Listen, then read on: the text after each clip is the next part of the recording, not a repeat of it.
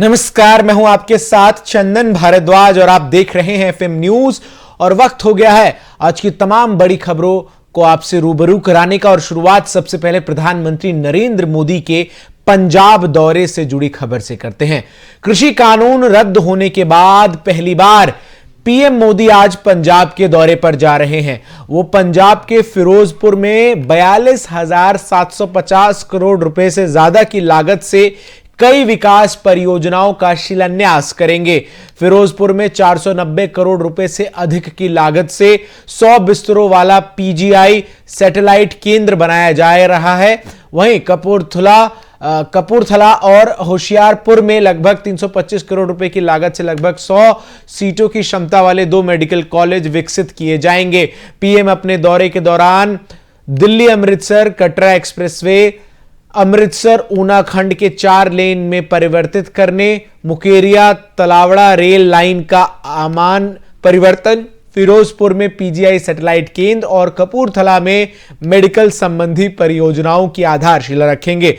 PMO ने अपने बयान में कहा कि देश भर में संपर्क को बेहतर करने के लिए प्रधानमंत्री के प्रयासों के तहत पंजाब में विभिन्न राष्ट्रीय राजमार्गों के विकास की पहल की गई है। इसके परिणाम स्वरूप राज्य में साल 2014 में नेशनल हाईवे की लंबाई जहां 1700 किलोमीटर थी, वहीं साल 2021 में यह बढ़कर 4100 मीटर हो गई है। इन्हीं प्रयासों को जारी रखने के क्रम में प्रधानमंत्री पंजाब में 2 मुख्य सड़क गलियारों की आधारशिला रखेंगे।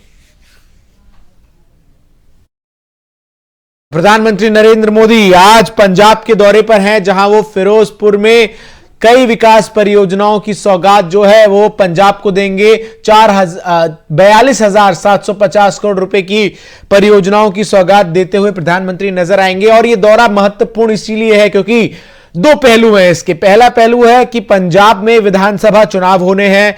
भारतीय जनता पार्टी इन चुनावों में कैप्टन अमरिंदर सिंह की पार्टी राष्ट्रीय कांग्रेस लोकदल के साथ जो है वो चुनाव लड़ती हुई नजर आएगी। अमरिंदर सिंह की पार्टी और भाजपा ने गठबंधन का ऐलान किया है। तो वहीं दूसरी तरफ कांग्रेस जो है वहां अभी शासन में है और आम आदमी पार्टी जिस तरीके से चुनावों में खास करके चंडीगढ़ नगर निगम चुनाव में प्रदर्शन करते हुए आई, उससे निश्चित तौर पर पंजाब में आज का प्रधानमंत्री का दौरा अहम है।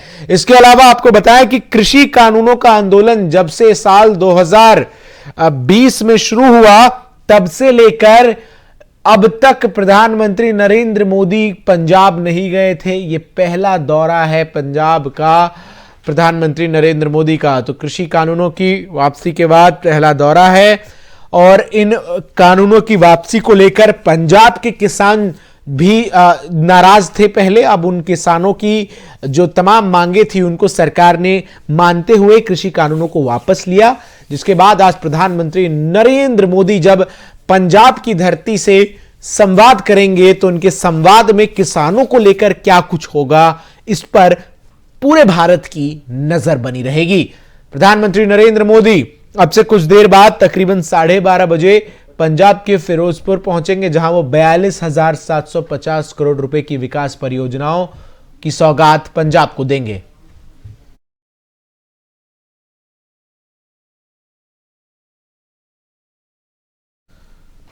इसी खबर पर ज्यादा बातचीत करने के लिए मेरे साथ जुड़ रहे हैं आरके मिश्रा, जो कि बीजेपी के प्रवक्ता हैं। मिश्रा जी, स्वागत है आपका। किस तरीके से आप लोग आज प्रधानमंत्री का ये पंजाब का दौरा देख रहे हैं अपनी पार्टी के लिए?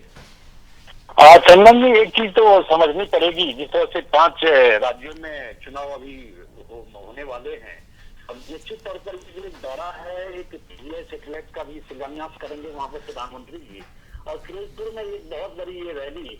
निश्चित तौर पर इसको सकारात्मक रूप से देखा जाना चाहिए। और वैसे ही पंजाब में जिस तरह के पिछले दिनों या जिस तरह से उठापटक देखी गई है राजनीतिक हलकों में, और वहां पर जिस तरह से एक एम्बैरेसमेंट वाली जो एक सिचुएशन बनी हुई थी अमरिंदर सिंह जी को लेकर के, जिस तरह से एम्बैरेस किया गया था उनको, तो इस तरह से वो सारा परिप्रेक्ष्य अगर देखें तो निश्चित तौर पर वहां पर पंजाब की जनता बदलाव चाह रही है। और इस बदलाव को निश्चित तौर पर वहां की जनता अब इस बार खास करके भाजपा को बिल्कुल मौका देने की कोशिश करेगी, या भाजपा के साथ जो भी गठबंधन हमारे हैं जैसे अमरिंदर जी के साथ हमारा गठबंधन है, तो वो हमें बिल्कुल मौका देने के लिए वहां पर तत्पर है। और जहां तक बात है पंजाब की, आपने देखा होगा जो कि जिस तरह से चुनौती है पड़ोसी देशों के साथ, वहां पर जिस तरह से नशा की बात जब हम करते हैं तो निश्चित तौर पर पंजाब उस चीज को बहुत बड़ा एक ये हब बनता जा रहा है। तो ये सब सारी परिप्रेक्ष्य अगर देखा जाए तो वहां पर इस बार जनता बिल्कुल बदलाव रहेगी। और प्रधानमंत्री जी का रैली इस बात का भी संकेत है जो कि वहां पर हम किस तरह से संवेदनशीलता के साथ संजीदगी के साथ जो है हम वहां पर चुनाव लड़ रहे हैं। ये सारी बातें वहां पर आज देखनी पड़ेगी। मिश्रा जी, आप जो कह रहे हैं कि पंजाब की जनता आपका साथ देने के लिए इस बार मन बना चुकी है, आज प्रधानमंत्री का दौरा है और पंजाब के कई हलकों में इसको लेकर किसान जो है वो विरोध प्रदर्शन कर रहे हैं, तब फिर आपके पास ये कॉन्फिडेंस कहां से आ रहा है कि पंजाब की जनता आपको चुनेगी? अब मैं बता रहा हूँ, जैसे आपने कहा कि किसान मैं ये कह रहा हूँ जिस तरह से कृषि कानून को वापस लिया गया और उसके बाद जिस तरह से हमने एक लिखित आश्वासन दिया है और उसके ऊपर में काम भी हो रहा है, जो कमेटियां बनाई गई है उसके ऊपर भी काम कर रही है। तो ये सारी चीज देखिए कुछ ऐसे हमारे किसान भाई हैं जो वहां पर उस चीज को शायद ये समझ नहीं पा रहे हैं या जो भी हो, लेकिन हमारी कोशिश है जो कि हम किसान जो भी नाराज हैं उनको जो है सो मना करके और उनको पूरे कॉन्फिडेंस के साथ, पूरे विश्वास के साथ उनके जो भी समस्याएं होगी हम उसको संजीदगी के साथ। एक और बड़ा महत्वपूर्ण सवाल है मिश्रा साहब, वो ये है कि अब तक आप लोगों ने पंजाब में जितने विधानसभा चुनाव लड़े उसमें आप अकाली दल के एक सबऑर्डिनेट के रूप में लड़ते हुए नजर आए।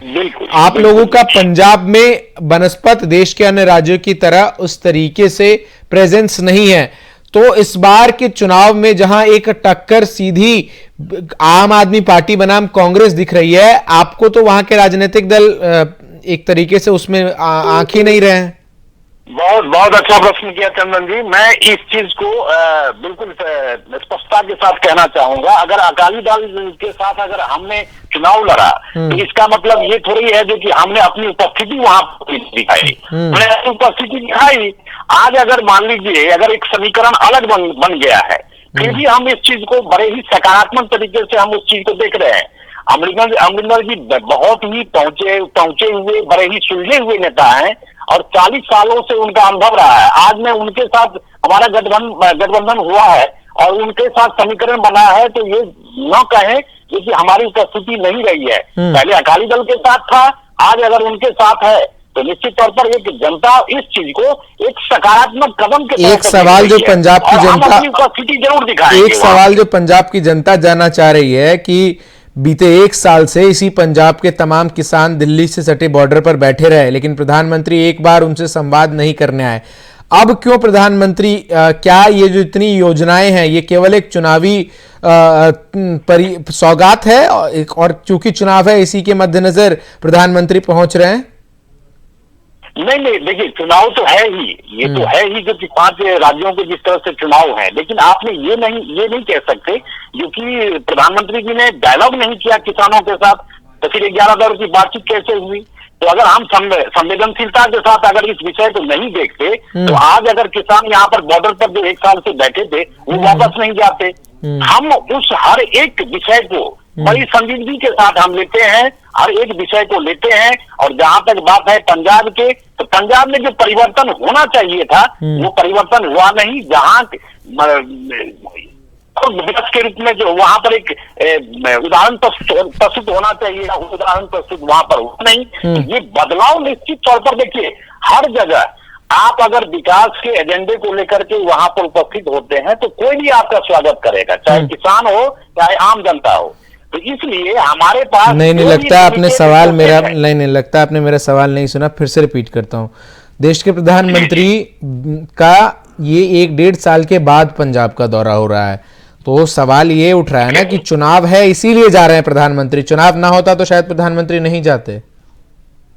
अब देखिए मैं वही चीज कह रहा हूँ, 5 राज्यों के चुनाव है तो प्रधानमंत्री जी का दौरा हो रहा है, ठीक है, इसको कह नहीं सकते जो कि चुनाव है इसलिए, लेकिन ये चीज नहीं कह सकते जो कि हमारे एजेंडे में पंजाब नहीं था। मैं ये चीज कहना चाहता हूँ, हमारे एजेंडे में पंजाब क्या, हर एक राज्य, हर एक केंद्र शासित प्रदेश सारे हैं। हमारे लिए 133 करोड़ जनता, मैं ये नहीं कह रहा हूँ उस वर्ग को बांट रहा हूँ, ना मैं किसान को बांट रहा हूँ, ना आम जनता को बांट रहा हूँ।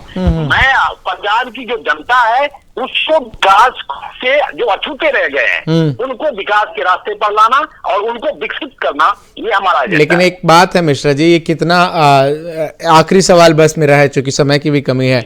अकाली दल आपकी सबसे पुरानी अलायंस है, क्या चुनाव पहुंचते पहुंचते तक या चुनाव के बाद अकाली दल के साथ बीजेपी जा सकती है? सबके मन में ये सवाल है। चंदन जी बहुत अच्छा प्रश्न कर दिया आपने। देखिए राजनीति में एक चीज तो संभावना हर वक्त रहती है, तो पता नहीं समीकरण कब क्या बनेगा। ठीक है, इसलिए मैं राजनीति समझ गया, ठीक है, मैं समझ गया। बहुत बहुत शुक्रिया मिश्रा जी आपका मेरे साथ जुड़कर अपने पक्ष को रखने के लिए। तो साफ तौर पर पंजाब में होंगे आज प्रधानमंत्री नरेंद्र मोदी अब से कुछ देर बाद, जहां वो 42,750 करोड़ की विकास परियोजनाओं की पंजाब को सौगात देते हुए नजर आएंगे।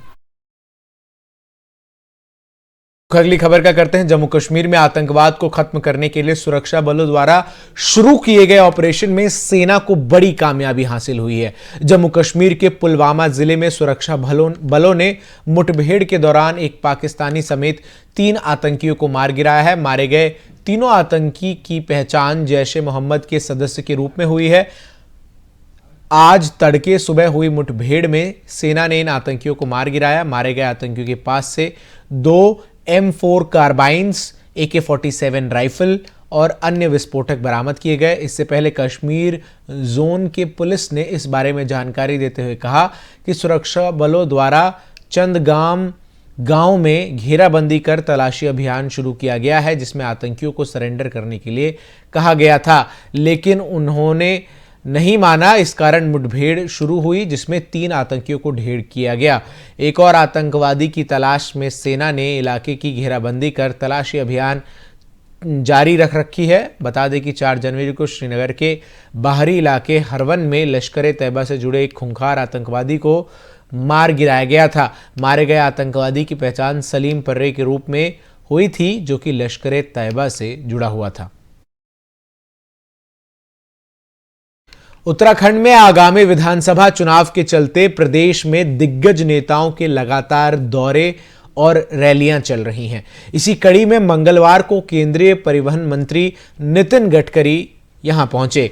खटीमा पहुंचे गडकरी ने कई सड़कों को लेकर घोषणाएं की। गडकरी ने कहा कि 1 साल के अंदर लोग कैलाश मानसरोवर सड़क मार्ग से जाएंगे। क्या कुछ कहा है केंद्रीय सड़क परिवहन मंत्री नितिन गडकरी ने, आपको सुनाते हैं। मुझे पता है कि खटीमा यह क्षेत्र धार्मिक और पर्यटन के दृष्टि से बहुत महत्वपूर्ण है।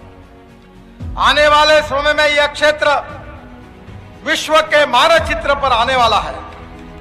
कैलाश मानस सरोवर जाने वाले श्रद्धालु इसी रास्ते से जाते हैं और मैं आपको विश्वास देता हूं, आज से 1 साल के अंदर कैलाश मानस सरोवर तक आप यहां से रोड से जा सकोगे।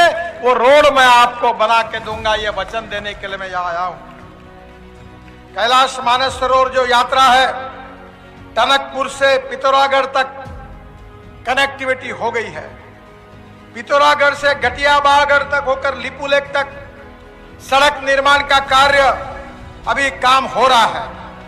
टनकपुर से लिपुलेख ये करीब 366 किलोमीटर है और आदरणीय मुख्यमंत्री जी इसी एक ही काम पर हम 5,000 करोड़ रुपए खर्चा कर रहे हैं। 5,000 करोड़। अब इसके बाद मानस सरोवर जाने के लिए चीन में जाने की जरूरत नहीं, सिक्किम के पास जाने की जरूरत नहीं, नेपाल में जाने की जरूरत नहीं, तो आपके यहां से सीधा मानस सरोवर तक हम जा सकेंगे। रुख अगली खबर का करते हैं। तेलंगाना के भाजपा प्रमुख संजय कुमार की गिरफ्तारी के विरोध में मंगलवार को हैदराबाद पहुंचे भाजपा के राष्ट्रीय अध्यक्ष जेपी नड्डा ने कहा कि ये अब भाजपा के लिए धर्म युद्ध है। उन्होंने कहा कि हम कानून का सहारा लेंगे और अंत तक लोकतांत्रिक तरीके से लड़ाई जारी रखेंगे। भाजपा प्रमुख जगत प्रकाश नड्डा ने सत्तारूढ़ तेलंगाना राष्ट्रीय समिति के तहत तेलंगाना सरकार को सबसे अलोकतांत्रिक सरकार बताते हुए क्या कुछ कहा है, आप भी सुनिए। जहां तक तेलंगाना का सवाल है, केसीआर के नेतृत्व में चलने वाली सरकार गैर प्रजातांत्रिक तरीके से सरकार चल रही है। It is the most undemocratic government which is functioning. It is the last 2 days whatever has happened, it is a murder of democracy।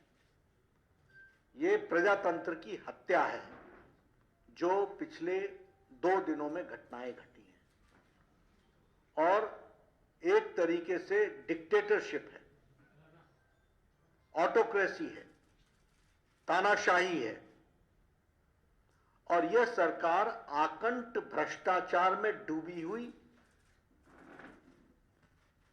Dynastic rule यहां पर चल रहा है।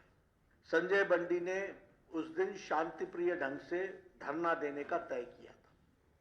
इन्होंने कोरोना जियो रूल्स दिखाए।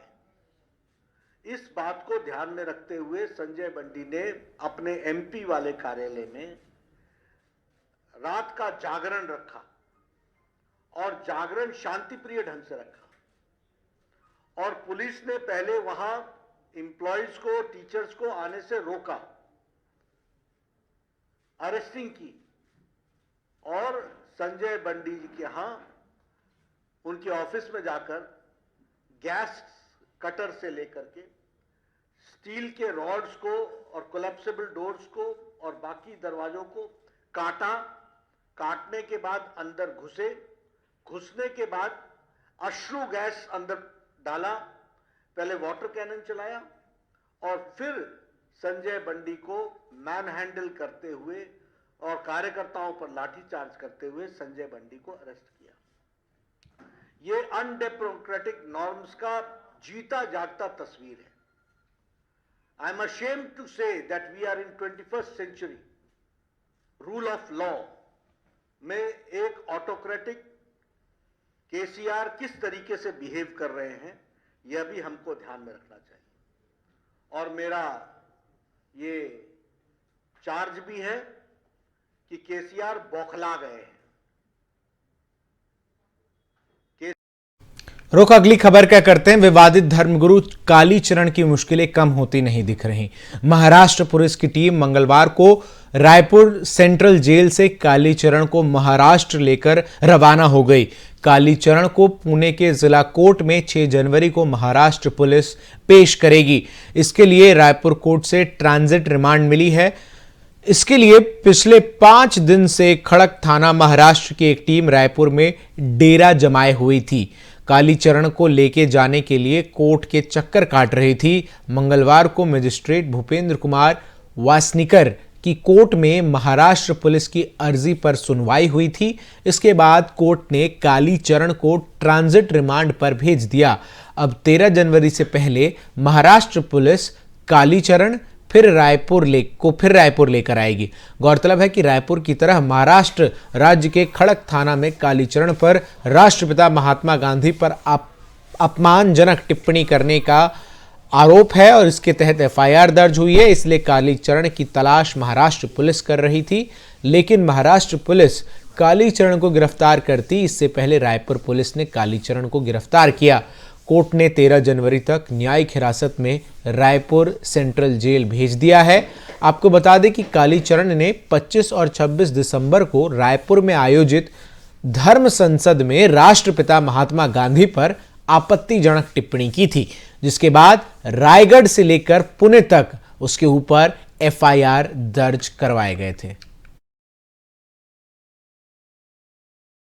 रुख अब कोरोना से जुड़ी खबर का करते हैं। एक बार फिर देश में कोरोना विस्फोट के आसार बनते दिख रहे हैं।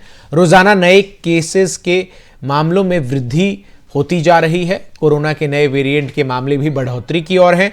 महाराष्ट्र और दिल्ली फिर से कोरोना के मामले में संवेदनशील राज्य बन रहे हैं। राज्यों की सरकारें कोरोना पर नियंत्रण के लिए कई तरह की पाबंदियां लगा रही हैं और अस्पताल अलर्ट मोड पर है। भारत में पिछले 24 घंटे में कोरोना वायरस के मामले 50,000 के पार चले गए। स्वास्थ्य मंत्रालय की ओर से जारी आंकड़ों के अनुसार देश में 58,097 नए मामले सामने आए, जबकि 15,379 मरीज रिकवर हुए। हालांकि इस दौरान 534 लोगों की कोरोना से मौत हुई। देश में इस समय कुल 35,18,03,958 मामले सामने आ चुके हैं और अभी 2,14,004 सक्रिय मामले हैं। भारत में कल कोरोना वायरस के 13,88,647 सैंपल टेस्ट किए गए। इस तरह कल तक कुल 68,38,17,242 सैंपल टेस्ट किए जा चुके हैं।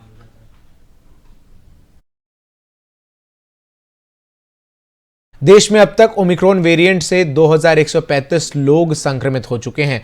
देश में इस वेरिएंट से संक्रमित राज्यों की संख्या 24 हो गई है। सबसे ज्यादा मामला महाराष्ट्र और राजधानी दिल्ली से सामने आए हैं। इसके बाद तीसरे नंबर पर केरल है। महाराष्ट्र में अब तक ओमिक्रॉन से 653, दिल्ली में 464 और केरल में 185 लोग संक्रमित हो चुके हैं।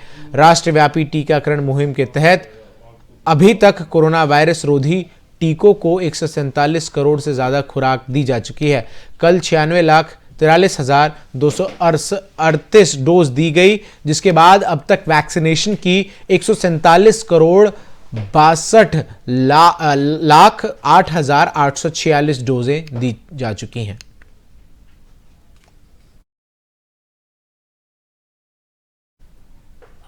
कोरोना के नए वेरिएंट ओमिक्रॉन का कहर तेजी से फैल रहा है। इस बीच ओमिक्रॉन का पता लगाने वाली पहली किट ओमिस्योर को आईसीएमआर की मंजूरी मिल गई है। ओमिस्योर किट से ओमिक्रॉन संक्रमण का पता लगाया जा सकता है। इसे टाटा मेडिकल ने तैयार किया है। मौजूदा समय में ओमिक्रॉन की टेस्टिंग क्षमता भारत में काफी कम है। 5 से 10% कोरोना के मरीजों का ही ओमिक्रॉन टेस्ट हो पाता है। ऐसे समय में ओमिस्योर को मंजूरी मिलने से ओमिक्रॉन की जांच में काफी मदद मिलेगी। आपको बता दें कि भारत के 23 राज्यों और केंद्र शासित प्रदेशों में ओमिक्रॉन के अब तक 1,892 मामले सामने आ चुके हैं, जिनमें से 766 लोग संक्रमण मुक्त हो चुके हैं या विदेश चले गए हैं। ओमिक्रॉन के महाराष्ट्र में सबसे अधिक 568 मामले सामने आए हैं। इसके बाद दिल्ली का नंबर है जहां 382, केरल जहां 185, राजस्थान जहां 174, गुजरात जहां 152 और तमिलनाडु जहां 121 मामले सामने आए हैं। महाराष्ट्र में ओमिक्रॉन के सबसे ज्यादा मामले दर्ज किए गए हैं। हालांकि राज्य के स्वास्थ्य विभाग का कहना है कि सोमवार तक ओमिक्रॉन से संक्रमित होने वाले करीब 600 लोगों में से सिर्फ एक व्यक्ति की हालत गंभीर पाई गई है, जबकि 8 में मध्यम लक्षण दिखे हैं। राज्य के स्वास्थ्य विभाग के मुताबिक महाराष्ट्र में ओमिक्रॉन से संक्रमित 578 लोगों में से 436 में कोई लक्षण नहीं दिखा, जबकि 133 में हल्के लक्षण थे। महाराष्ट्र ओमिक्रॉन की चपेट में आने वाले लोगों की संख्या के मामले में पहले पायदान पर है। यहां मंगलवार को 75 लोगों को ओमिक्रॉन वेरिएंट से संक्रमित होने की पुष्टि हुई, जिससे राज्य में इस वेरिएंट के चपेट में आने वाले लोगों की कुल संख्या 653 हो गई है। राज्य सरकार का विश्लेषण इस बात को और मजबूती प्रदान करता है कि कोरोना का ये वेरिएंट हल्के लक्षण वाला है, जिससे संक्रमित होने वाले लोगों को ज्यादा दिक्कत नहीं हो रही है। उत्तराखंड में बर्फबारी और मौसम के बदले मिजाज से मैदानी इलाकों में ठंड काफी बढ़ गई है। दिल्ली एनसीआर समेत पूरे उत्तर भारत में कड़ाके की सर्दी पड़ रही है।